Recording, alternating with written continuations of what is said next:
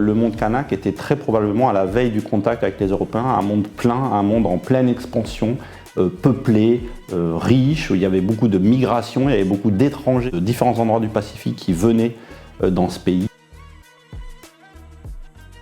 Sous le premier gouvernement de cohabitation de Jacques Chirac entre 86 et 88, Chirac était très proche de Lafleur et il y a eu une politique très ouvertement anti-FLNKS. C'était un homme de paix qui avait une pensée à la fois de l'identité kanak et de type d'émancipation qui était particulièrement innovante.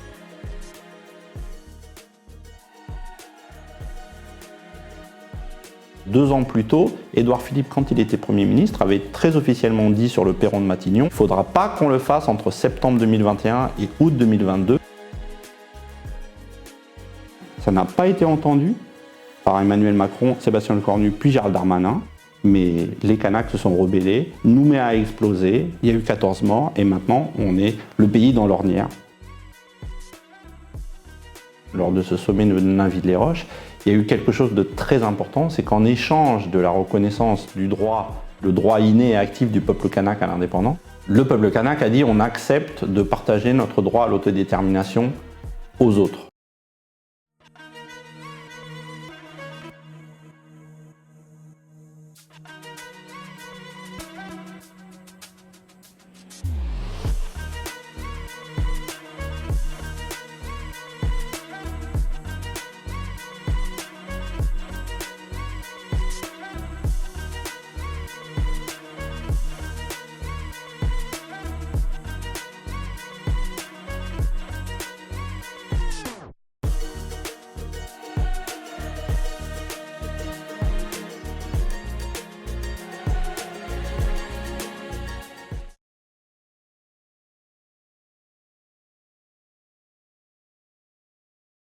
J'avais pas du tout prévu initialement d'écrire cet ouvrage, j'étais sur d'autres chantiers de recherche depuis un certain temps. Après, c'est vrai qu'il y a une partie de mon travail qui a consisté à analyser les enjeux et les tensions autour du processus de décolonisation, donc c'est toujours un dossier que je suis parmi d'autres. Et véritablement, l'idée du livre, elle est née très directement de l'explosion de violence qui a eu lieu à Nouméa à partir du 13 mai 2024. Et dans mon cas, ça s'est passé de façon assez particulière, puisque en fait j'étais à Paris quand ça a explosé. Donc, comme tous les gens qui connaissent la Calédonie, j'étais complètement sidéré et bouleversé par ce qui se passait. J'ai appelé mes proches, etc.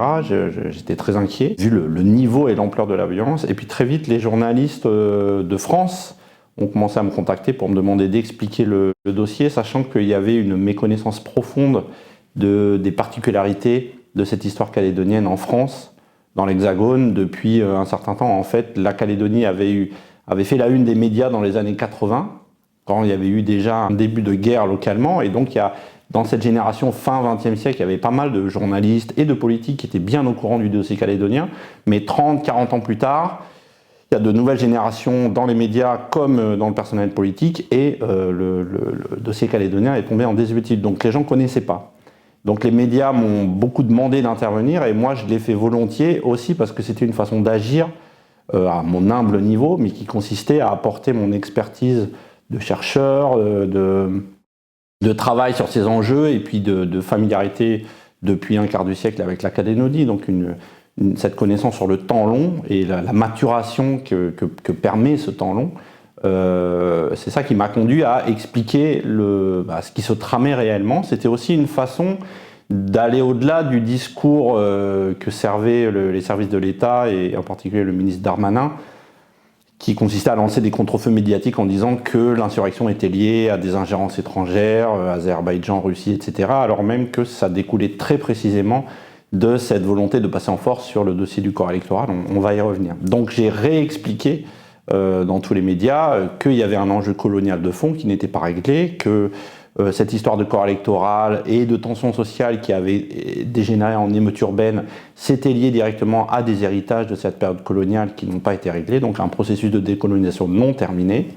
Et donc j'ai eu une grosse activité médiatique, j'ai eu beaucoup de sollicitations médiatiques, et rapidement, au bout de quelques semaines, donc ça c'était en mai-juin 2024, et au bout de quelques semaines, je me suis dit que le cœur de mon métier, moi, c'est pas de parler sur les plateaux télé 30 secondes, entre deux pages de pub, mais c'est d'écrire des livres. de m'exprimer à l'écrit pour mettre à plat. Donc finalement, j'ai repris la plupart des éléments que j'avais dit et répétés sur tous les tons dans toute la presse, et je les ai détaillés, fondés sur des recherches, etc. Et il m'a semblé important, parce qu'aussi, il n'y avait pas de bouquin comme ça dans le panorama depuis une trentaine d'années. Il n'y avait plus eu un bouquin général qui fait un peu le point sur cette question de la colonisation et de la décolonisation en Calédonie, nourri de tous les travaux de sciences sociales qui ont été réalisés dans l'intervalle. Donc finalement, j'ai repris tout ça, toutes ces réflexions, ces références bibliographiques, les travaux de mes collègues et les miens, tout ce processus avec lequel j'ai cheminé, pour faire un ouvrage de synthèse à destination d'un public général, à la fois en France pour expliquer aux hexagonaux ce qui se passait, notamment parce que l'État français agit au nom du peuple français là-bas aussi, donc il faut quand même, on est quand même concerné en tant qu'hexagonaux par ce qui se passe là-bas, et aussi pour les Calédoniens qui, étant de tous bords, étant projetés dans cette violence, avec des situations dramatiques de part et d'autre, des rapports complètement passionnels, je me disais que ça pouvait faire du bien d'avoir un discours un peu plus distancié, qui prenne un peu plus de distance pour replacer les choses en contexte. Et donc c'est pour ça que je dis que ça reflète un peu ma position intermédiaire, c'est-à-dire que je n'avais pas le nez collé dans la violence qui a bouleversé le pays en mai-juin, et en même temps je ne suis pas ignorant du dossier. Donc en fait c'est un regard à mi-distance qui peut nourrir à la fois les gens qui ne connaissent rien et puis les gens qui ont le nez dedans. Voilà comment j'ai écrit ce livre, qui donc c'était pas du tout prévu, mais j'ai passé les 6 mois à ne faire que ça en me disant qu'il fallait vite le sortir aussi pour vite donner les clés, en espérant que ça puisse, entre guillemets, éclairer les consciences, ou en tout cas permettre aux gens de saisir tout ce qui se jouait dans ce dossier.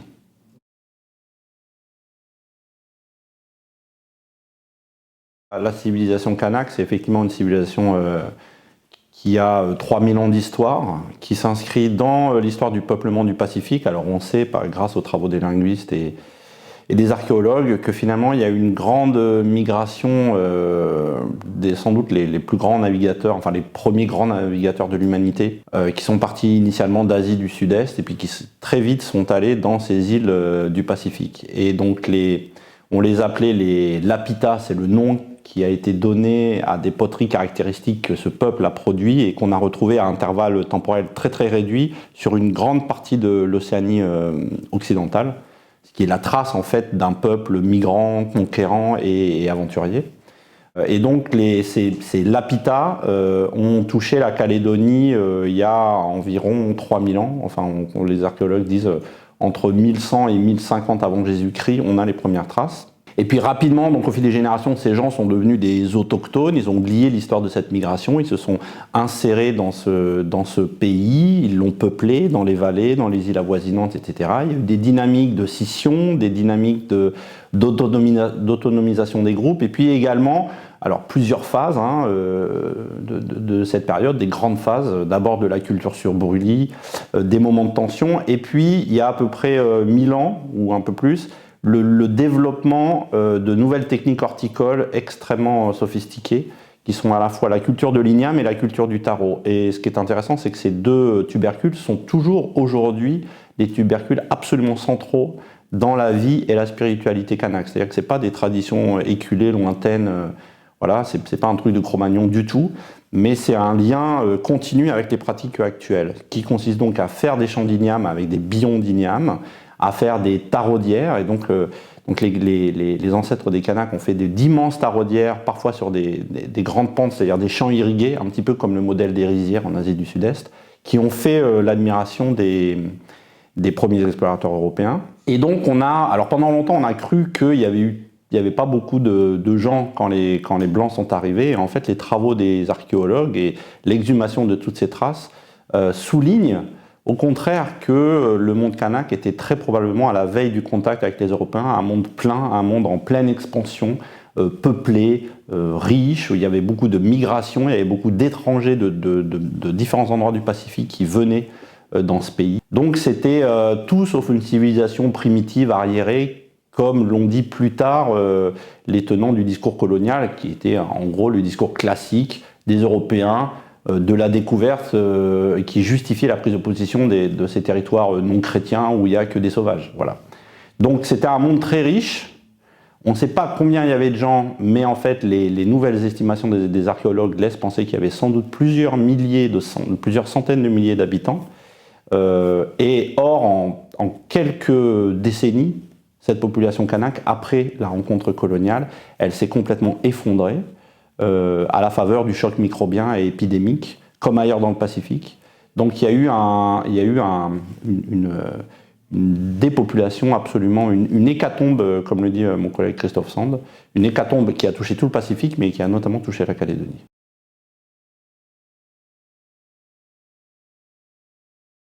Quand la France a pris position de la Nouvelle-Calédonie en 1853, c'était effectivement pour en faire une terre de bagne.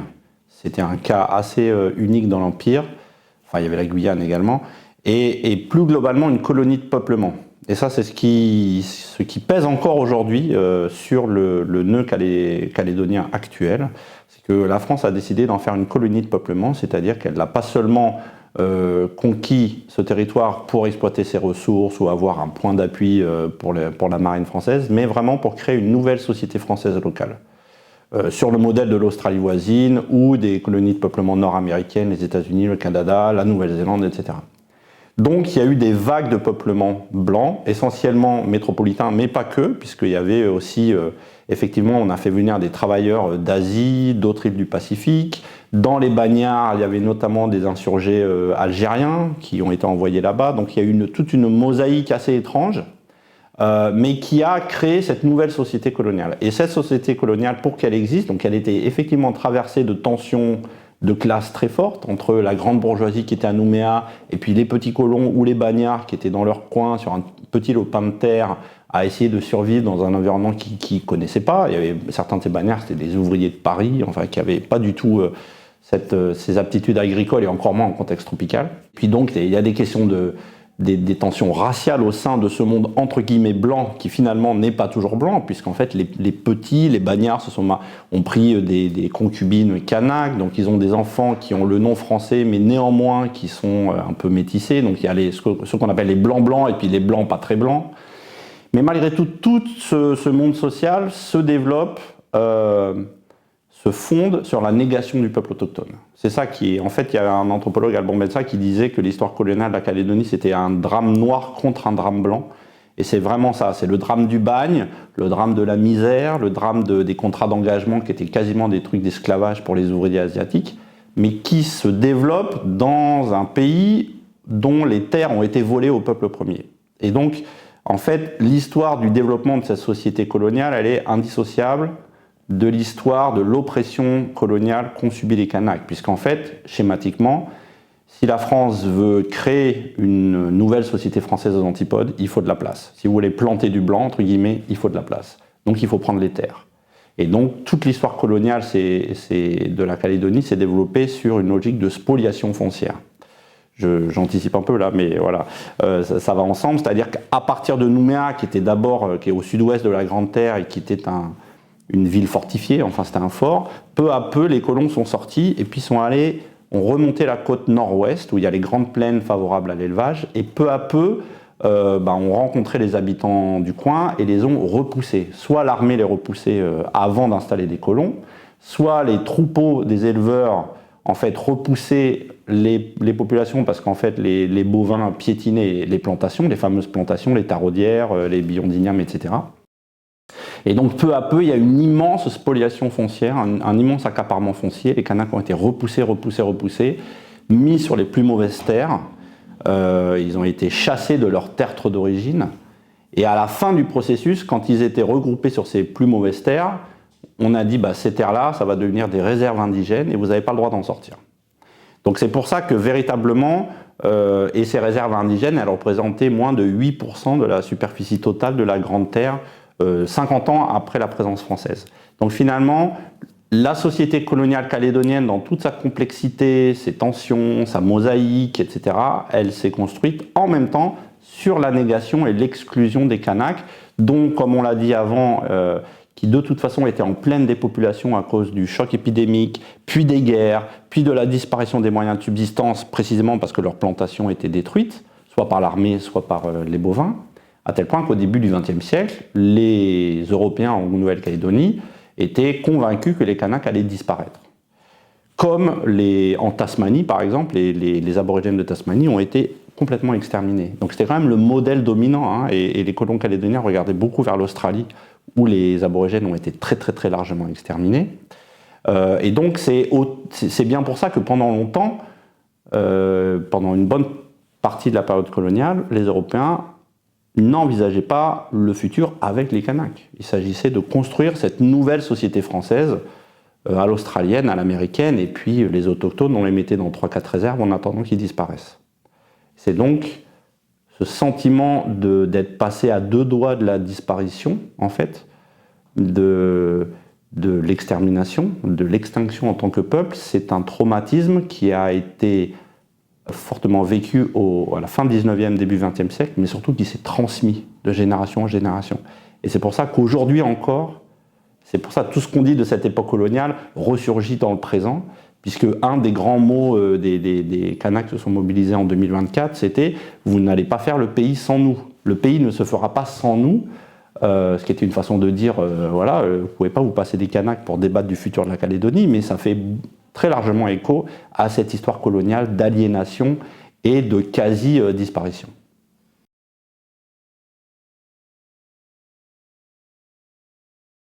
Face à cette politique d'exclusion, il y a eu 2 éléments importants. Donc effectivement, cette politique d'exclusion, elle a été justifiée en droit. Le droit colonial a mis des catégories juridiques pour justifier cette oppression. Le droit colonial l'a fait en Calédonie comme il l'a fait partout ailleurs. Donc comme dans le reste de l'Empire, ces autochtones ont été catégorisés comme des indigènes sujets non citoyens français, ça veut dire soumis à la souveraineté française, mais sans pouvoir participer à son expression. Ça veut dire qu'ils n'ont pas le droit de vote, qu'ils ne sont pas autre chose, ils n'ont pas autre chose que la nationalité française, mais ils n'ont pas la citoyenneté. Donc ils sont simplement soumis à la souveraineté française. Ça s'est passé notamment par la mise en place d'un régime juridique de contraintes très spécifique, qu'on appelle le régime de l'indigénat, qui était particulièrement oppressif et dérogatoire du droit commun. Et puis il y a un autre élément, et effectivement c'est ça qui est assez intéressant, c'est que dans l'Empire français, souvent, la puissance coloniale a dit on ne va pas prétendre que ces indigènes, on ne va pas les transformer en français standard. Et donc en droit, ça veut dire que le code civil, qui est censé être la traduction juridique de la culture française ou des us et coutumes françaises, on ne l'applique pas aux indigènes. Et ça, c'est pas qu'en Calédonie, c'est dans l'ensemble de l'Empire. Ce qui veut dire qu'on laisse aux indigènes leur façon à eux de vivre, ce qu'en droit on va appeler un statut civil particulier. On ne définit pas ce qu'il y a dedans, mais par contre on dit vous restez. Donc le fait de l'existence de cette catégorie juridique, de statut civil particulier, et le fait que les Kanaks étaient exclus dans des réserves où finalement les seuls Européens qui intervenaient, c'était les missionnaires. Alors ils ont beaucoup transformé le monde kanak profondément. Hein. L'évangélisation, elle a été aussi très traumatique, mais en même temps, les Kanaks ont aussi kanakisé la religion. Donc ils sont devenus chrétiens tout en maintenant beaucoup de leurs anciennes traditions, de leurs croyances dans des formes comme ça de syncrétisme qui perdurent aujourd'hui. Mais l'existence du droit civil particulier et la mise en réserve et la politique d'exclusion, paradoxalement, ça leur a permis de maintenir leur façon de vivre en partie, entre eux, et de résister à ce choc colonial. S'il n'y avait pas eu les réserves, s'ils avaient été complètement, je dirais, prolétarisés, explosés, que les familles avaient été explosées, que les enfants avaient été enlevés, par exemple, comme c'était le cas en Australie, à leur famille, donc s'il y avait une politique assimilationniste agressive comme ça, peut-être que le monde kanak aurait complètement été dissous, entre guillemets. Mais de fait, la politique de l'exclusion a permis la préservation. Et de façon très intéressante, quand ils sont devenus citoyens en 1946, une des revendications classiques et qui a toujours tenu, c'est « ne touchez pas aux réserves indigènes », qui étaient pourtant des lieux initialement de réclusion, d'exclusion, mais qui se sont avérés en pratique devenir des lieux de sauvegarde du monde kanak dans lequel il s'est finalement préservé.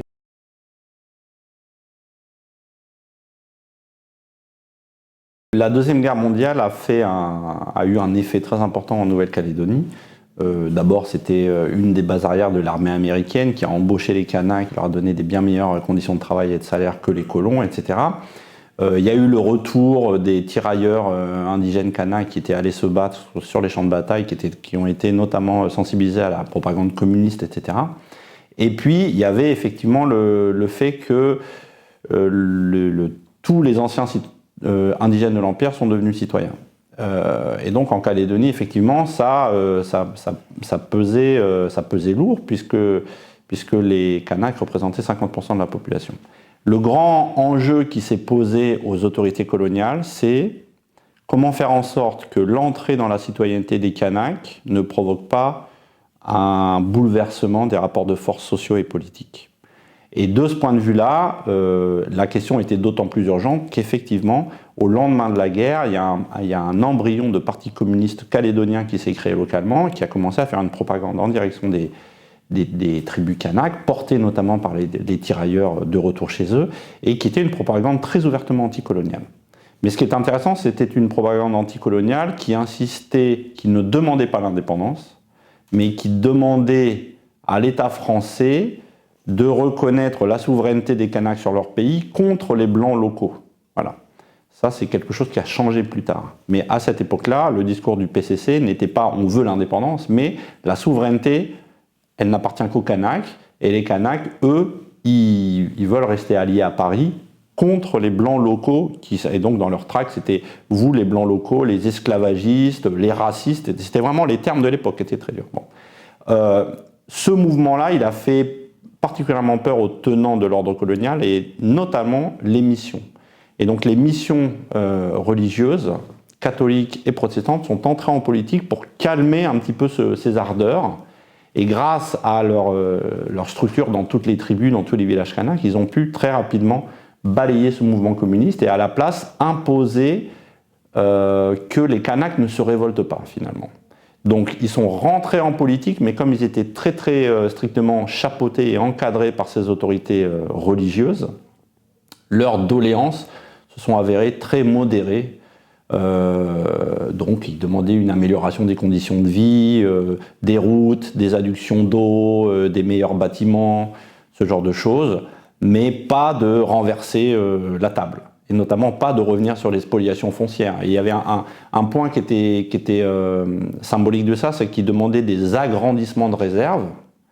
Et donc, pendant un certain temps, les pouvoirs publics ont fait quelques agrandissements de réserves, mais en fait, elles étaient très limitées parce qu'on arrivait tout de suite à la barrière des colons et qu'il n'était pas question de prendre la terre des colons pour la rendre aux Kanaks. Terre qui pourtant historiquement a été volée, comme on l'a spoliée et volée, comme on l'a dit. Donc c'était les limites de ce mouvement-là. Il y a eu ce parti, l'Union calédonienne, créé par quelques Européens qui ont compris qu'en fait, en s'alliant avec les missions qui tenaient entre guillemets le vote kanak, il suffisait, comme la population était à 50-50 et que la grande majorité de la population kanak votait selon les ordres des missions, il suffisait d'une petite partie de la population blanche qui s'allie aux Kanaks pour avoir une majorité absolue. Et donc c'est ça qu'ils ont fait.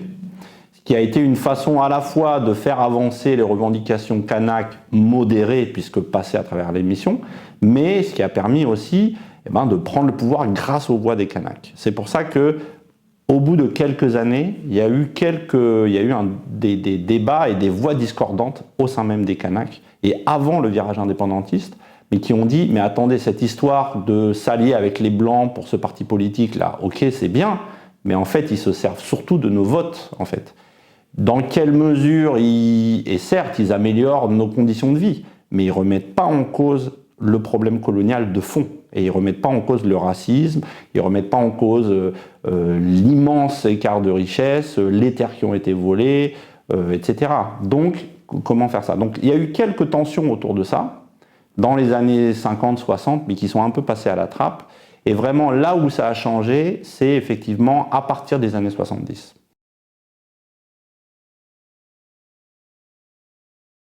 Donc en fait, dans les années 60-70, il y a eu vraiment un basculement. Et ce basculement, il est lié à plusieurs éléments. L'un des éléments, c'est l'histoire scolaire, en fait. C'est l'histoire de l'école, puisque une des facettes de l'oppression coloniale précédente, c'est qu'il y avait le système scolaire pour les Kanaks était entièrement séparé du système scolaire pour les non-Kanaks, mais vraiment entièrement. Donc il n'y avait aucune voie d'accès aux études secondaires. C'était une école au rabais. Et voilà, donc il n'y a pas eu pendant la période coloniale d'émergence d'une élite intellectuelle indigène, contrairement à d'autres colonies où il y avait ici un Sangor, un Césaire, etc. Mais en Calédonie, pas du tout. Donc le premier bachelier kanak, il a obtenu son bac en 1962, ce qui est toujours un bon symbole de l'immense écart scolaire qu'il y avait, puisqu'évidemment il y avait des centaines et des centaines de bacheliers dans la population non kanak depuis des générations. Mais le premier kanak bachelier 1962, les tout premiers étudiants kanak qui partent faire leurs études dans des universités dans l'Hexagone, c'est dans le courant des années 60. Et là, ils arrivent dans les universités dans les années 60, tournant des années 70. Il y a le mouvement du tiers-mondisme, il y a les mouvements pour la décolonisation, il y a la théologie de la libération, il y a mai 68, il y a le gauchisme, l'internationalisme, les luttes palestiniennes, etc. Donc ces étudiants, ces tout premiers étudiants kanak rentrent au pays au tournant des années 70 avec un nouveau regard, avec des nouvelles références politiques, et eux vont poser un discours très critique sur les réalités sociales et politiques du pays en disant finalement le pays est toujours noyé par ce contentieux, par le colonialisme qui nous oppresse. Et ils vont avoir un discours très critique sur les décennies précédentes en disant depuis 1946 on est devenu citoyen, mais rien n'a changé en pratique. Les terres sont toujours spoliées, les Kanaks sont toujours en bas de l'échelle, l'identité kanak elle est toujours méprisée dans un discours sur ce sont des primitifs, ce sont des sauvages, des anthropophages, ils n'ont pas de culture, ils poussent 3 grognements, ils font pousser 3 racines et c'est tout. Et donc ils vont dire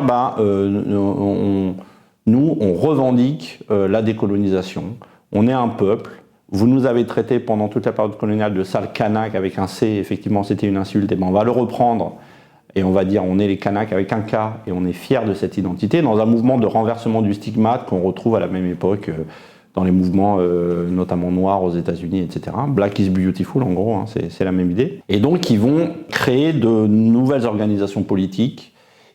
Certains d'entre eux, comme Jean-Marie Tjibaou, vont d'abord se lancer dans un profond travail de revalorisation culturelle en disant aux gens n'ayez pas honte de votre identité, n'ayez pas honte de vos langues, de votre culture, c'est notre patrimoine, c'est notre richesse, on doit arrêter de se sentir infériorisé, on doit au contraire le proclamer à la face du monde et à la face des Calédoniens, et notamment à la face des Blancs, pour qu'ils comprennent que ce pays a un peuple, a une culture, et que on ne peut pas faire comme si on n'existait pas. Et c'est pour ça qu'il va faire notamment un grand festival d'expression mélanésienne, qui va être un immense succès en 1975.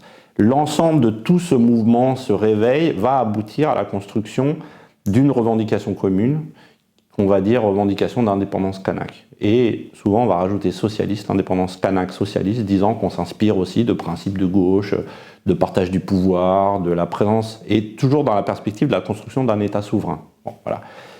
Mais simultanément et au même moment, on a un autre paramètre qui rentre en compte et qui va nouer tout le problème en Calédonie, c'est que la Calédonie est un des principaux producteurs de nickel au monde. Hein. À l'époque, c'était un quart des réserves mondiales de nickel qui étaient contenues. Bon, maintenant, aujourd'hui, ça a changé, mais ça reste quand même un des tout premiers pays producteurs de nickel.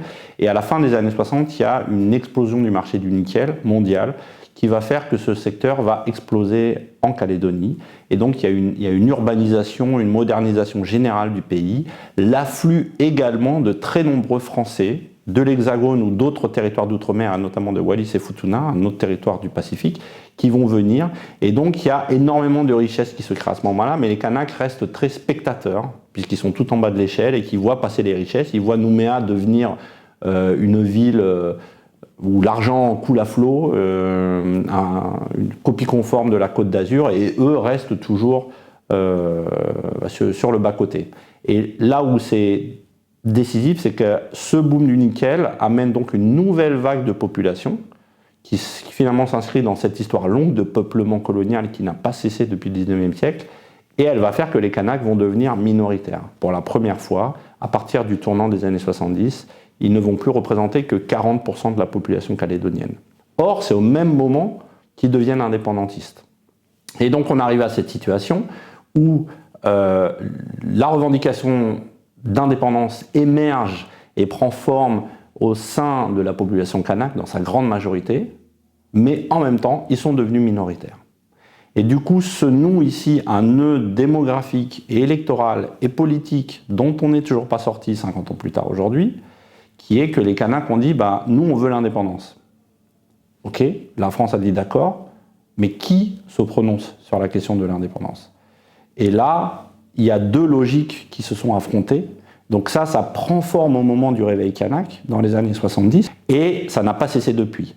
Les Kanaks ont dit l'autodétermination d'un territoire, c'est un droit qui appartient au peuple colonisé. Le droit des peuples à disposer d'eux-mêmes, reconnu par la Charte des Nations Unies, il s'applique à nous, peuple kanak, car c'est nous le peuple colonisé.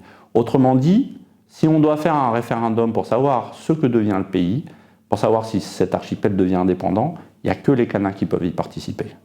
Parce qu'il n'y a que nous qui sommes les colonisés. Ce ne sont pas aux colons, ni aux descendants des colons, de se prononcer sur le futur d'un pays colonisé. Face à ce raisonnement, la République française a dit absolument pas. En France, on a un principe sacro-saint, c'est le fondement de la République française, un homme égale une voix. Donc si vous voulez l'indépendance, on organise un référendum dans ce pays, mais tous les citoyens français qui vivent dans ce pays peuvent voter. Et vous savez quoi? Vous êtes minoritaire, donc vous allez perdre. Donc en fait, c'est à partir de là qu'il y a eu la confrontation de ces deux logiques, et c'est ça qui a fait que la situation a dégénéré. Et vous voyez que tout ça s'est noué dans les années 70, parce que le mouvement indépendantiste a surgi au moment où ils sont devenus minoritaires. Auparavant, ils étaient majoritaires, mais ils n'étaient pas indépendantistes. Mais quand le discours sur l'indépendance a émergé, tout de suite, le problème électoral et politique s'est posé. Et c'est ça qui a amené à des affrontements dont on n'est pas sorti aujourd'hui.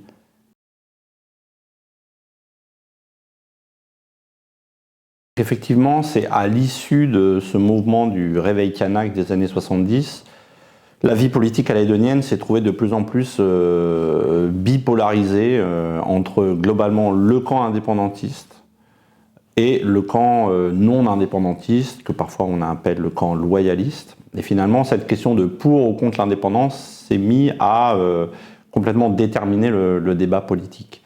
Et l'opposition, la bipolarité entre indépendantistes et non indépendantistes est aussi une bipolarité non seulement politique, mais aussi très largement ethnique en Calédonie, puisque les indépendantistes sont très majoritairement kanaks et les non indépendantistes sont très majoritairement non kanaks. Lors des années 80, cette bipolarité, elle a fait des étincelles, et plus que ça, effectivement, les gens se sont affrontés. Et se sont entretués, et pendant une décennie, en fait, il y avait le début d'une espèce de guerre coloniale, alors même qu'on pensait que la France avait fini avec ses histoires coloniales depuis l'Algérie, mais en fait pas du tout. On était 25 ans plus tard, et ça répétait de plus belle. Le premier élément qu'il faut noter, c'est que l'élection de François Mitterrand en 1981, ça a attisé d'autant plus les tensions que tout le monde pensait qu'il allait donner l'indépendance aux indépendantistes. Finalement, ça ne s'est pas passé. Les manifestations ont dégénéré, il y a eu des meurtres, notamment des meurtres de responsables politiques.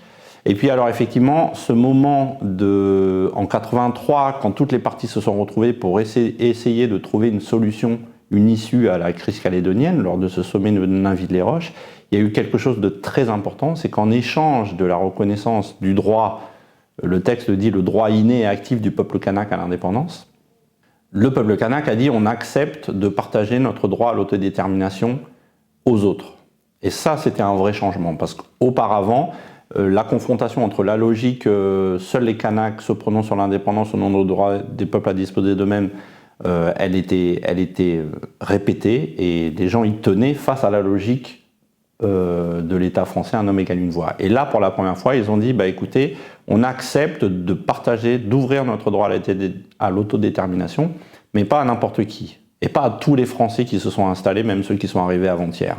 Ceux avec qui on accepte de bâtir un pays émancipé, ce sont ceux qui sont là depuis longtemps, depuis des générations.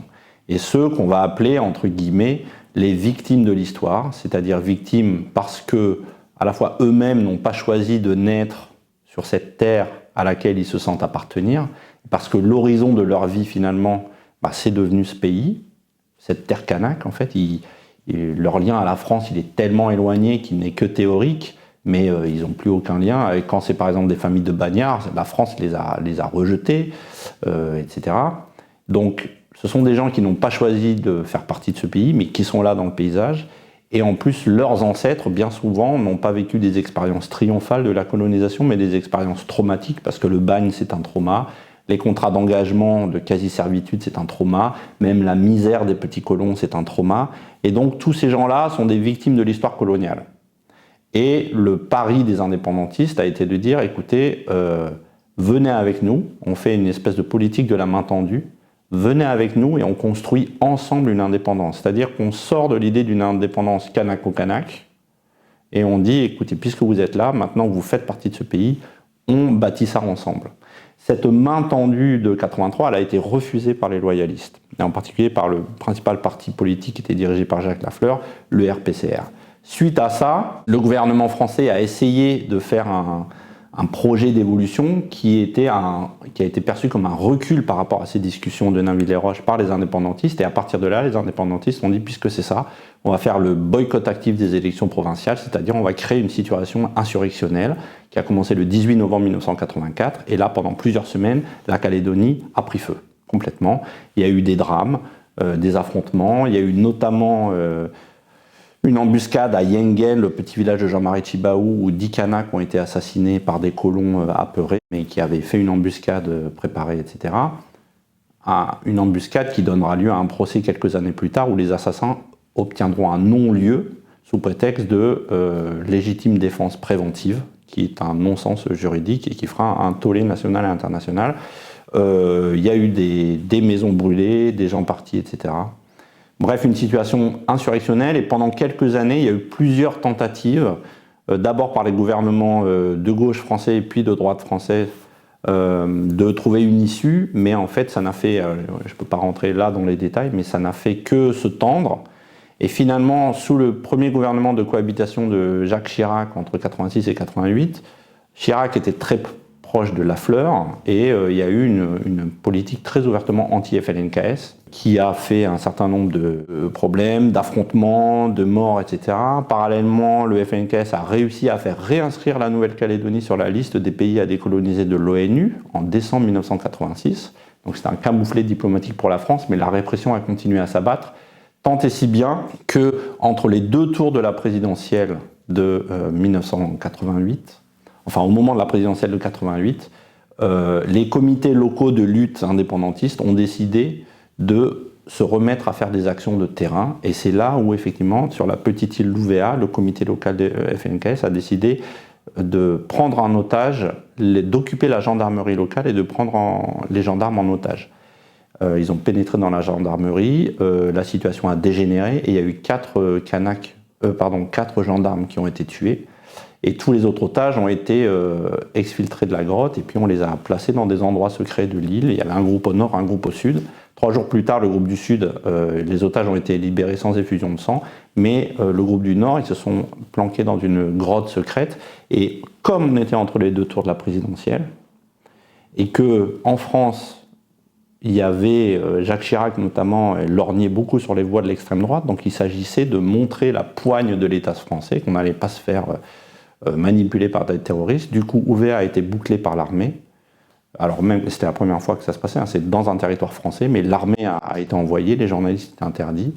Et puis, quand ils ont retrouvé les otages, finalement, les discussions étaient en cours, mais il y a eu l'ordre qui est arrivé de tout en haut, c'est-à-dire de Matignon, d'attaquer cette grotte d'Ouvéa, ce qui a fait un carnage, avec notamment 19 indépendantistes qui ont été tués, et 2 militaires également. Donc au total, ce moment d'Ouvéa était vraiment un moment de basculement, puisque c'était le déchaînement de la violence de l'armée française contre les indépendantistes kanaks. Et là, on était à l'orée vraiment d'une guerre coloniale où les Kanaks indépendantistes contre l'armée française et qui était sur le point de faire des centaines ou des milliers de morts, très, très probablement. Et 3 jours après cet assaut, deuxième tour de la présidentielle, François Mitterrand est réélu.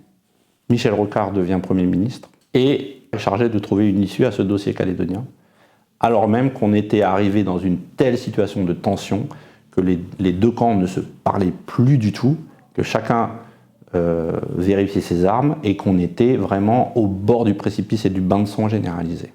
Voilà, ça c'est ce qui s'est passé Donc cette montée de cette guerre des années 80 a eu vraiment son paroxysme avec cette affaire d'Ouvéa qui a fait les gros titres en France également, et à travers le monde.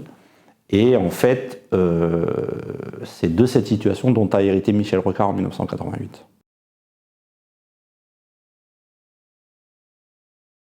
Alors Jean-Marie Tjibaou, c'est une des figures de ce réveil kanak des années 70 d'abord. Il est venu faire des études en France, lui aussi au tournant des années 60-70. Mais il venait au départ de la mission, c'était un prêtre catholique kanak. Et il est venu donc faire ses études ici. Et puis au début des années 70, il a demandé sa réduction à l'état laïque et il s'est, comme j'ai expliqué, il s'est lancé dans le travail de revalorisation culturelle. Donc c'était d'abord un animateur socio-culturel qui ne s'affichait pas politiquement, mais qui disait il faut faire un travail de revalorisation sur notre culture, soyez fiers de l'identité kanak. Et puis rapidement, au bout de quelques années, il a dit mais vous savez, évidemment, cette revendication culturelle, elle est indissociablement politique. Et donc il a monté les échelons au sein de la mouvance indépendantiste, et il est devenu le président du FLNKS, de la grande coalition indépendantiste. C'était un homme de paix, très fortement marqué par le message initial de l'Évangile, tout en étant très critique sur l'institution religieuse elle-même.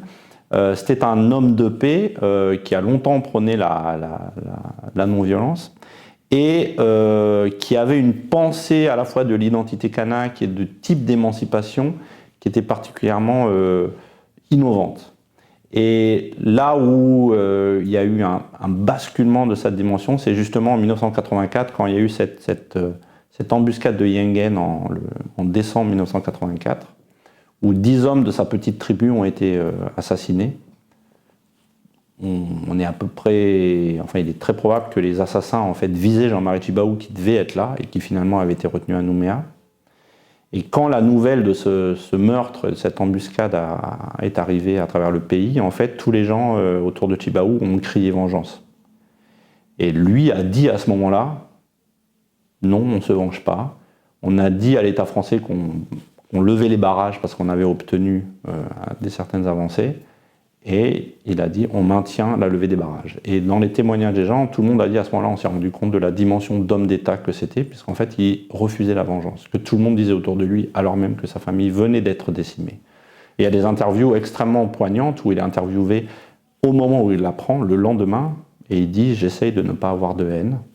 Et donc il a poursuivi cette logique, cette politique de la main tendue et de dialogue. Il y avait aussi une pensée très forte dans ce qu'il disait, c'est que très rapidement et dès le début des années 80, il a dit ça ne sert à rien de sortir de la France par la grande porte pour revenir par la fenêtre. C'est-à-dire on revendique notre indépendance, mais il faut qu'on se donne les moyens de l'obtenir. Et ça veut dire notamment, il faut qu'on invente des formes de développement qui nous permettent d'être émancipés chez nous. Or, on a du nickel, etc. Donc, on a des ressources, mais on n'est pas là pour appliquer bêtement un modèle occidental et perdre ce qui fait l'essence de notre identité. Donc, on est là pour essayer d'inventer un nouveau modèle de développement qui soit plus harmonieux. En fait, ça évoque un peu les débats actuels, pas forcément sur la décroissance, mais sur qu'est-ce qu'on peut faire en dehors du modèle productiviste standard. Et donc il avait ce discours-là. Il a aussi, quand il a été au pouvoir, il a créé l'impôt sur le revenu, par exemple, en Nouvelle-Calédonie, qui n'existait pas. Et puis, il avait un verbe en fait assez exceptionnel. Par exemple, quand il était interrogé sur la place de l'identité kanak, il était très en avance sur son temps. Il disait, mais on se nourrit de ce qu'on a reçu en héritage, mais aujourd'hui, notre identité kanak, elle est devant nous. Il ne s'agit pas de revenir à la tradition. Il disait revenir à la tradition, c'est un mythe. On se projette. Et donc il avait une vision d'une identité kanak évolutive, etc., dans laquelle pouvaient s'intégrer aussi les non-kanaks. Et enfin, il avait aussi le sens des formules, c'est-à-dire que notamment dans les pires moments, dans les années sous le gouvernement Chirac, à un moment donné, une des façons que le gouvernement Chirac une des mesures que Bernard Ponce, ministre de l'Outre-mer, a mise en œuvre à l'époque, il a dit bon bah puisqu'ils veulent vraiment l'indépendance, on va faire un référendum sur l'indépendance. Mais évidemment, ils n'ont pas limité le corps électoral, c'est toujours le même problème. Donc les Kanaks ont refusé de participer à ce référendum. Et Tjibaou a été interviewé à ce moment-là, et il a dit, et donc ça a un écho incroyable dans la période récente, il a dit, le 13 septembre au soir, quand va y avoir le référendum, évidemment les Kanaks ne vont pas voter, donc le non à l'indépendance va l'emporter. Il a dit, ce soir-là, à Nouméa, beaucoup vont sabrer le champagne, mais il faut qu'ils sachent que le lendemain, nous serons toujours là pour dire merde. Et pour dire merde, et que les Kanaks vous emmerderont jusqu'à l'indépendance, que vous soyez content ou pas content. Et il disait, et chaque Kanak naissant naîtra avec ce droit à l'autodétermination, et aucun ministre, et aucun référendum d'aucun ministre ne pourra jamais le remettre en cause, ni de Ponce, ni d'un autre ministre. Et là, ça fait un écho vraiment frappant sur la situation beaucoup plus récente des référendums de la séquence 2018-2021, où il y a eu, on y reviendra, mais ce troisième référendum de 2021 qui a été délégitimé par les Kanaks, auquel ils n'ont pas participé, et on peut utiliser les propos de Tjibaou de 87 pour dire qu'il ne sert à rien de penser que vous pourrez régler le problème de la colonisation si vous faites un référendum sans le peuple colonisé. Et donc il l'avait dit avec ces mots-là, avec cette fameuse phrase « Les Kanaks vous emmerderont jusqu'à l'indépendance, que vous soyez content ou pas content ». Et ce qui est drôle, c'est que, ce qui est frappant, c'est que même là, quand Nouméa a explosé en 2024, il y avait des tags partout qui disaient « Ici, c'est Kanaki, content ou pas content ». Et ce mot « content ou pas content », ça vient de Tjibaou. Voilà. Donc, et c'est aussi quelqu'un qui avait un très fort humanisme, et c'est bien pour ça que dans ce moment particulièrement critique de la grotte d'Ouvéa, alors que le pays est au bord de l'explosion, il a trouvé un accord politique avec Jacques Lafleur. Et il l'a dit à l'époque, il a dit « Entre un mauvais accord et continuer à nous entretuer, on a préféré des mauvais accords. On a préféré faire le pari de la paix et du vivre ensemble plutôt que de... » Et comme on le verra, finalement, il l'a payé de sa vie, puisqu'un an plus tard, c'est un Kanak indépendantiste opposé aux accords de Matignon qui l'assassinera.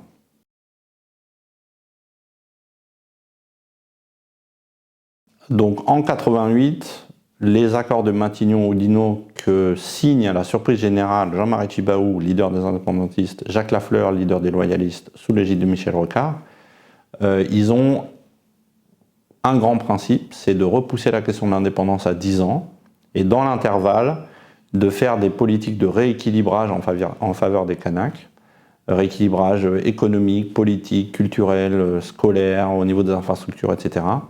Et ce qui revient à dire qu'on partage le pouvoir. Un des éléments très importants, c'est qu'en 88, la paix, elle revient parce qu'on décide de créer 3 provinces dans le pays, dont le découpage permet de savoir à l'avance que 2 d'entre elles seront dirigées par les indépendantistes. Et à ces provinces, on donne des compétences étendues et des moyens étendus. Et donc, à partir de là, les Kanaks vont rentrer dans les institutions et vont préparer, disent-ils, préparer l'indépendance, préparer le pays à une future indépendance. Donc, on rentre dans ce pari-là. 10 ans plus tard, en lieu et place du référendum d'autodétermination, il y a donc un nouvel accord qui est signé, l'accord de Nouméa, qui à la fois prolonge cette dynamique de partage du pouvoir, ces politiques de rééquilibrage qui en fait sont des politiques de discrimination positive qui ne disent pas leur nom, parce qu'en France on pense qu'on n'en fait jamais, mais en Calédonie c'est ce qu'on fait. Mais l'accord de Nouméa surtout il organise, il va au-delà puisqu'il dit qu'on crée officiellement un processus de décolonisation. Donc à partir de 1988, la Calédonie entre très officiellement dans un processus de décolonisation, très officiellement parce que le mot décolonisation est dans l'accord de Nouméa et que l'accord de Nouméa est intégré à la Constitution française. Donc depuis 1998, il y a un territoire français qui est en voie de décolonisation, c'est la Nouvelle-Calédonie. Cette décolonisation organisée par l'accord de Nouméa, elle passe par 3 dispositifs essentiels. Le premier, c'est qu'il y a un transfert progressif et irréversible des compétences de l'État français à la Nouvelle-Calédonie et à un gouvernement de la Calédonie qui lui-même est obligatoirement collégial, c'est-à-dire que ça fonctionne. Indépendantistes et loyalistes doivent travailler ensemble, tant et si bien qu'à la fin du processus, 15-20 ans plus tard, seules les compétences qui définissent la souveraineté de l'État, ce qu'on appelle les compétences régaliennes, sont exercées par l'État français. Tout le reste est exercé localement. Donc ces compétences régaliennes, c'est la justice, la monnaie, la défense, l'ordre public, les relations internationales. Il n'y a que ça qui est géré par la France. Tout le reste est géré localement, l'éducation, la santé, le développement économique, etc. Et c'est à ce moment-là qu'il doit y avoir un référendum pour savoir si ces dernières compétences sont transférées et que la Calédonie obtient sa pleine souveraineté ou pas. Ça, c'est ce qui est prévu en 1998. Le deuxième pilier de la décolonisation, donc ça, ce premier pilier, c'est un processus d'extrême décentralisation, jusqu'aux confins de l'autonomie, jusqu'à vraiment à la frontière de l'indépendance. Voilà. Le deuxième processus, c'est que l'identité kanak est placée au centre de cette dynamique. La reconnaissance préalable de l'identité kanak doit fonder le principe de décolonisation. On ne peut pas, l'accord de Nouméa considère que le peuple kanak, ce n'est pas n'importe quelle communauté. D'ailleurs, le terme peuple kanak est là aussi utilisé dans l'accord de Nouméa. L'accord de Nouméa est dans la Constitution. Autrement dit, la Constitution française aujourd'hui, elle reconnaît deux peuples, le peuple français et le peuple kanak. Alors qu'on sait qu'en général, la Constitution, elle interdit toute autre référence à un autre peuple que le peuple français, sauf en Calédonie, où il y a le peuple kanak. Et l'accord de Nouméa dit aussi qu'il y a d'autres communautés et que ces communautés doivent se rassembler autour de l'identité kanak. Donc, ce n'est pas une communauté parmi d'autres. Et ça passe par toutes sortes de dispositifs, la reconnaissance d'un droit coutumier, la reconnaissance des langues kanak, la reconnaissance de la culture kanak, la reconnaissance d'institutions coutumières, le Sénat coutumier, etc. Puis donc, deuxième pilier, identité kanak. Et troisième pilier, l'accord de Nouméa crée une citoyenneté de la Nouvelle-Calédonie. C'est-à-dire qu'à l'intérieur de la citoyenneté française, on a créé cette citoyenneté calédonienne qui rassemble non seulement les Kanaks, mais aussi les autres communautés qui sont là depuis longtemps. La citoyenneté calédonienne, c'est décisif parce qu'en fait, c'est l'outil qui permet la réconciliation post-coloniale des anciens colons et des anciens colonisés. C'est-à-dire, c'est le prolongement de cette idée qui était déjà en germe à Nainville-les-Roches en 1983. C'est-à-dire, il y a les Kanaks, il y a les autres qui sont là depuis longtemps, qui font partie de ce pays, et tous ensemble, on forme la citoyenneté d'un pays en devenir. Ça se traduit par un projet, un terme qui est utilisé dans l'accord de Nouméa, c'est le destin commun. Donc les Kanaks et les non-Kanaks se réunissent dans une citoyenneté pour construire un destin commun, pour construire un vivre ensemble, dans un projet d'émancipation progressif. Et le pari de l'accord de Nouméa, c'est de dire ces liens de concitoyenneté vont permettre à terme de faire aboutir un peuple de la Nouvelle-Calédonie, de la Kanaki Nouvelle-Calédonie. Il y a le peuple kanak, ok, mais maintenant on s'ouvre aux autres, et tous ensemble on forme une nouvelle communauté, un nouveau contrat social et politique, et c'est ce nouveau peuple qui va redéfinir son lien avec la France. Le pari des indépendantistes, c'est que ce peuple va choisir l'émancipation et la pleine souveraineté. Le pari des loyalistes, c'est que autour de ça, le peuple collectivement calédonien va décider de rester dans la France. Donc, cette citoyenneté calédonienne, comment on la fait vivre? Comme toute citoyenneté, en fait, il y a des droits qui sont accolés à cette citoyenneté. Pour marquer le périmètre, pour dire qui est citoyen et qui n'est pas citoyen. En France, on sait très bien, les citoyens français, on sait qui c'est ceux qui votent, etc. Il y a un certain nombre de droits qui sont réservés aux citoyens français. Ben là-bas, c'est le même principe, on va réserver un certain nombre de droits aux citoyens calédoniens. En l'occurrence, deux principes fondamentaux. Le premier, c'est que l'accord de Nouméa a dit qu'il faut qu'une loi de protection de l'emploi local soit votée, qui permette à compétences et expériences égales qu'on privilégie l'embauche des citoyens calédoniens contre les non-citoyens calédoniens, parce que qu'est-ce qui se passe en pratique? C'est que quand il y a des postes, et en particulier des postes à direction, les employeurs en Calédonie vont préférer faire appel à des métropolitains qui vont être plus diplômés, plus expérimentés, pour les faire venir pour occuper des postes à direction. Ce qui fait que les populations locales, Kanak mais même non-Kanak, sont toujours reléguées en bas de l'échelle. Donc l'idée, puisque les accords ont permis notamment des programmes de formation de cadres locaux, et notamment de cadres Kanak, c'est de faire en sorte que ces gens-là, comme c'est un petit pays, que le marché de l'emploi il est réduit, que ces gens-là puissent accéder au poste et ne pas se faire barrer par des métropolitains qui sont toujours bardés de diplômes, d'expérience, etc. Et qui en fait vont continuer ce faisant de s'installer en Calédonie comme des colons auparavant et dans les générations avant. Donc ça c'est le premier point de la citoyenneté calédonienne, c'est la protection de l'emploi local. Et le deuxième, c'est précisément le vote aux élections provinciales. Le vote aux élections provinciales, sachant que les élus des provinces, ils se réunissent en congrès de la Nouvelle-Calédonie, c'est eux qui votent des lois de pays, c'est-à-dire qu'il y a un pouvoir législatif, et puis c'est ce congrès de la Calédonie d'où émane le gouvernement de la Nouvelle-Calédonie. Donc en fait, ce sont les élections du pays, les élections proto-nationales, les élections du pays. L'accord de Nouméa dit ces élections du pays, ça concerne les citoyens calédoniens. Ce qui veut dire que depuis 1998, il y a deux catégories de Français qui vivent en Calédonie.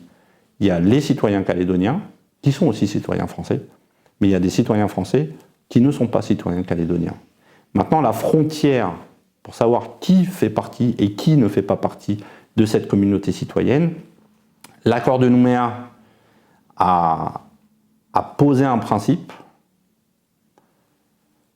C'est difficile de rentrer dans les détails parce qu'en fait, il y a eu des débats juridiques très complexes, mais il y a eu un débat au lendemain de l'accord pour savoir si les citoyens calédoniens, c'était tous les citoyens français arrivés dans le pays jusqu'en 1998 et justifiant de 10 années de présence sur place et leurs descendants, ou alors si c'était tous les citoyens français présents depuis 10 ans au moins. Finalement, l'interprétation du FLNKS et de l'État, c'était qu'il y a une barrière en 98. Et c'est cette version-là qui a été validée par une réforme constitutionnelle plus tard, qui a débuté en 99 et qui a fini en 2007. Ce qui a été marqué dans la loi et dans la Constitution française, c'est que les gens qui font partie de ce projet de société, qui font partie de cette citoyenneté calédonienne, ce sont tous les Français arrivés en Calédonie jusqu'en 1998 et qui justifient de 10 années de résidence. Donc, évidemment, les Kanaks, les descendants des colons qui sont là depuis des générations, ils font partie de la citoyenneté. Quelqu'un qui est arrivé en 1994, il est devenu citoyen en 2004. Quelqu'un arrivé en 1998, il est devenu citoyen en 2008. Mais quelqu'un arrivé après, en 1999, n'est pas devenu citoyen en 2009, et ainsi de suite. Quelqu'un arrivé en 2002 n'est pas devenu citoyen en 2012, etc. C'est une autre façon de le dire, c'est à partir du moment où la Calédonie est officiellement rentrée dans un processus de décolonisation, en 1998, les Français qui sont venus s'installer après le début de ce processus de colonisation, de décolonisation, ne font pas partie de cette histoire. Parce que pour sortir du contentieux colonial et pour faire la réconciliation entre les Kanaks et les non-Kanaks qui sont là depuis longtemps, il faut mettre une frontière. Sinon, les Kanaks ont l'impression qu'ils continuent de se faire envahir et que la colonisation de peuplement n'arrête pas. Ça a été très marqué, notamment dans les années 2000, parce qu'il y avait un boom économique très fort en Calédonie, alors même que c'était la crise en France. Et là, des vagues de métropolitains sont arrivées, comme à la belle époque du boom du nickel, comme au début du XXe siècle, comme au XIXe siècle. À chaque fois, les gens débarquent en disant « Ah bon, on va se construire une nouvelle vie sous les tropiques, on a des opportunités économiques. » Mais pour les Kanaks, c'est la répétition de la même histoire, de gens qui arrivent, qui ne sont pas chez eux, mais qui en fait sont trompés par la fausse évidence du drapeau bleu-blanc-rouge et qui pensent qu'en fait ils peuvent s'installer là, comme s'ils s'installaient sur la Côte d'Azur ou à Bordeaux ou en Aquitaine ou en Lorraine. Et donc qui au bout d'un moment disent « Écoute, c'est pas normal, moi je suis là, je travaille, je paye mes impôts, je dois pouvoir voter ». Et individuellement on comprend cette logique, mais collectivement en fait ça fait un effet de colonisation de peuplement qui n'arrête pas. Donc c'est contre ça que l'accord de Nouméa a construit la citoyenneté calédonienne, qui a été de dire on ne peut bâtir la réconciliation entre les anciens colons et les anciens colonisés qu'à condition d'exclure de cette dynamique les arrivants récents. Parce que inexorablement, quand les gens s'installent, après il y a une logique de fait accompli, de fait établi. On est là maintenant. Et on est là 5 ans, on est là 10 ans, et nos enfants naissent, etc. Et au nom de quoi on est encore exclu. Et c'est ce problème qui a amené à l'irruption de violence de 2024. C'est parce que les loyalistes et l'État ont dit « bon, désormais, on veut réouvrir le corps électoral », que les Kanaks ont dit « vous ne touchez pas à ce corps électoral sans qu'on ait notre mot à dire, sans qu'on soit dans un accord global ». Et parce que l'État a voulu passer en force, pour les Kanaks, la question du droit de vote, c'est vraiment toucher à ça, c'est déterrer la hache de guerre. Parce que c'est le principal rempart contre la colonisation de peuplement. D'une certaine façon, ça va bien au-delà de la seule question du vote et de l'élection.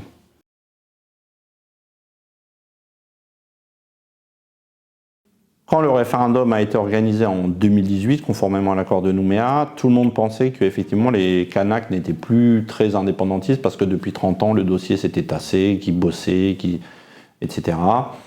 Et donc les instituts de sondage prévoyaient une large victoire du non à l'indépendance. Donc finalement, le premier résultat du référendum 2018, qui était de 57% pour le non à l'indépendance contre 43% pour le oui, a été une bonne surprise pour ceux qui ont perdu, les indépendantistes, et une mauvaise surprise pour ceux qui ont gagné, qui pensaient gagner bien plus largement. 2 ans plus tard, rebelote, avec un énorme taux de participation, et cette fois-ci, on se rend compte que l'écart diminue de moitié, on n'est plus qu'à 53-47.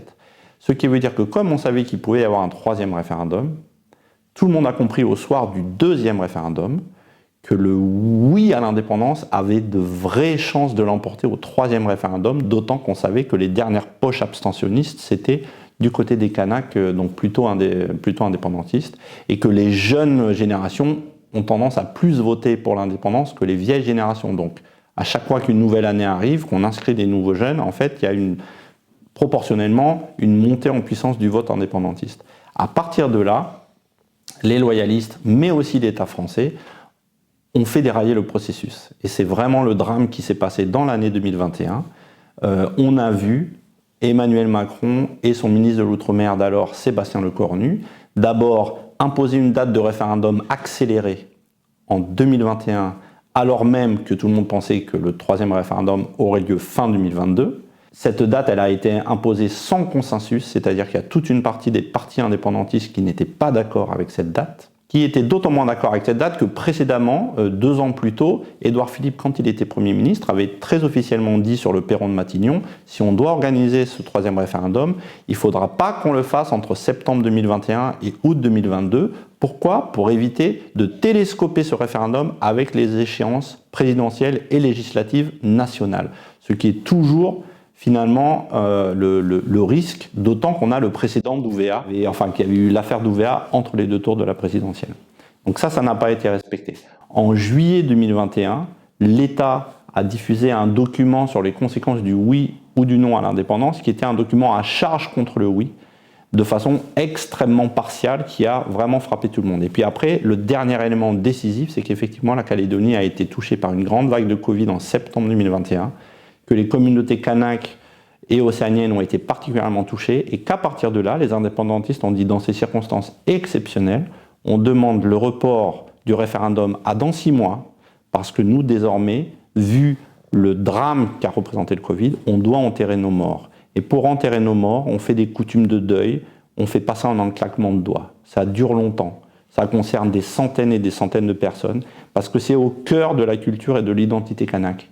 Et l'accord de Nouméa, je le rappelle, il reconnaît l'identité kanak. Donc la moindre des choses, c'est de dire, effectivement, si vous êtes tous en deuil à ce moment-là, que vous considérez que ce n'est pas le temps de la politique, mais c'est le temps du recueillement, le temps de la coutume, on repousse à dans 6 mois. C'était une demande de ce point de vue-là. Et pour les indépendantistes, ils ont expliqué qu'ils ne pouvaient pas faire une campagne électorale digne de ce nom, parce qu'ils ne pouvaient pas aller faire des meetings dans des tribus et des familles endeuillées. Ça ne se fait pas en Calédonie. Dans le monde kanak, ça ne se fait pas. C'est particulièrement insultant.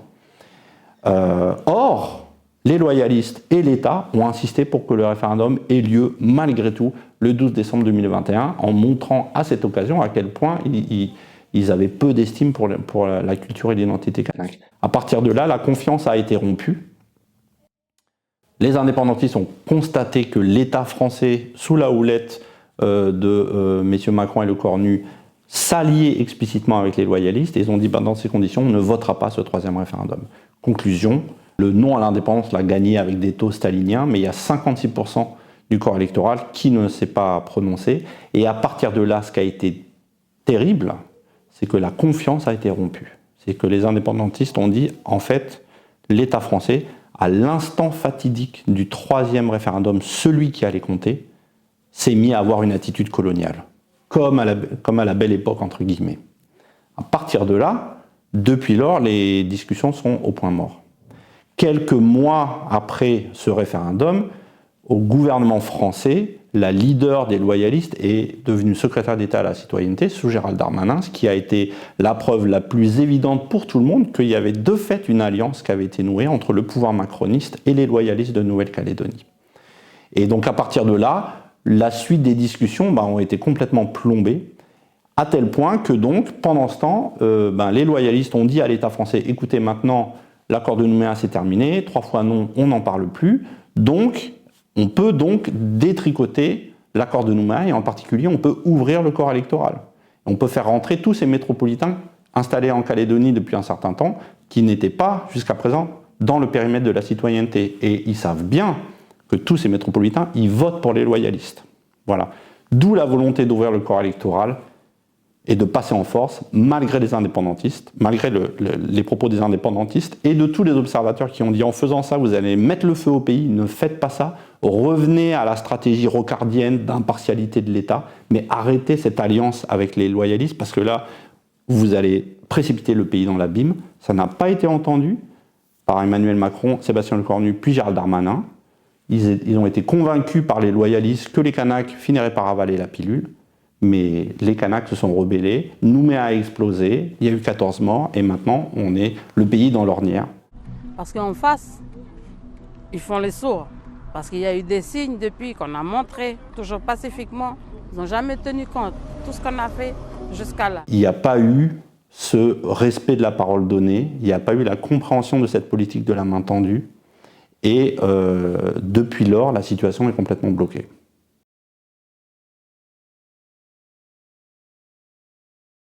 Alors, c'est vraiment, moi, j'ai pas la moindre idée de ce qu'il faut faire à l'avenir et de quelle sera la solution, parce que le dossier est tellement bloqué aujourd'hui que bien malin qui pourra dire déjà si la Calédonie va réexploser ou pas, si ça va basculer dans la guerre définitivement, ou si enfin la France va réussir à faire une décolonisation pour la première fois de son histoire, réussie. Là, on ne sait pas du tout. Ce qui est sûr, c'est qu'on a vu depuis le soulèvement du 13 mai 2024, donc, qui a semé le chaos dans le pays, où les destructions, la mort, la haine a ressurgi, le racisme décomplexé a émergé. Donc le pays est aujourd'hui quand même à couteau tiré, et c'est vraiment absolument dramatique. On a vu que l'État a déployé, face à cette révolte kanak, a déployé une logique purement répressive, massive, avec les forces de l'ordre, avec la justice, avec la déportation des prisonniers politiques dans les prisons françaises, qui ne peut faire qu'écho à l'histoire de la déportation des chefs rebelles à l'époque coloniale. Donc là encore, en fait, cette attitude de l'État pour les indépendantistes, elle ne donne à voir qu'un État colonial à l'ancienne, qui rejoue la même chose. Et puis les loyalistes ont déployé, les loyalistes au pouvoir à Nouméa, qui pourtant ont une responsabilité écrasante dans la tentative de passage en force sur le corps électoral qui a mis le feu aux poudres. C'est ça qu'ils ont tendance à oublier, c'est qu'en fait, l'étincelle, elle a été craquelée à Paris par les loyalistes et l'État.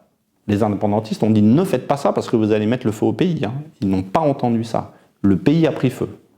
Comment, pourquoi, c'est en débat aujourd'hui, et on le saura dans quelques temps. On ne sait pas vraiment ce qui s'est passé. Est-ce que ça a été coordonné ou est-ce que c'était une explosion de colère sociale qui s'est articulée à une revendication politique? Moi, c'est ce que je pense. Mais ça, il y a des procédures en cours. Mais rompre avec cette logique répressive ou de revanche sociale, parce qu'en fait les loyalistes au pouvoir à la province sud ont dit désormais toutes les aides sociales à toutes les classes populaires kanak et océaniennes comme il fait à Nouméa, on les squeeze.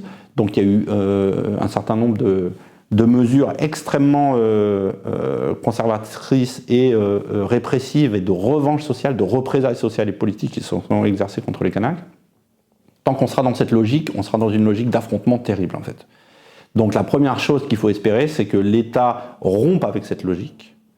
Et tout récemment, donc depuis quelques semaines, c'est Manuel Valls, le ministre de l'Outre-mer, il a tenté de se remettre dans les rails de cet héritage rocardien qui était passé par perte et profit sous la présidence Macron avec messieurs Lecornu et Darmanin. On verra ce que ça va donner. À plus long terme, ce qui est fondamental, il me semble, c'est que si la revendication kanak d'indépendance et de recouvrement de souveraineté n'est pas entendue, ça ne peut que répéter et répéter encore à l'infini. Parce que, comme l'avait dit Tjibaou, les Kanaks vous emmerderont jusqu'à l'indépendance. Il avait dit ça, c'était un mot d'esprit, mais on voit ce que ça veut dire. Ça veut dire qu'il n'y aura aucune tranquillité. Il avait dit aussi, en Calédonie, la paix s'appelle indépendance kanak. Donc pour les non-Kanaks, en fait, c'est surtout eux qui sont confrontés. Il y a deux choix. C'est soit ils comprennent qu'en fait ils sont en Calédonie, dans un pays qui a été colonisé, où le peuple autochtone revendique quelque chose qui lui a été pris, sa souveraineté, et en fait, c'est soit ils vont avec eux, puisque les Kanaks ont la politique de la main tendue, et ils disent très bien, bâtissons ensemble notre pays, soit ils refusent, à ce moment-là ils restent tournés vers Paris et ils restent dans une logique coloniale. Tchébahou, encore lui, disait, les gens qui vivent avec nous, il n'y a que deux solutions. C'est soit ils nous soutiennent, soit ils nous nient. Ils peuvent nous soutenir et ils peuvent nous nier. Il n'y a pas d'entre-deux, en fait. Donc, jusqu'à présent, les Kanaks ont toujours dit, nous, on veut bâtir l'indépendance, mais avec les autres.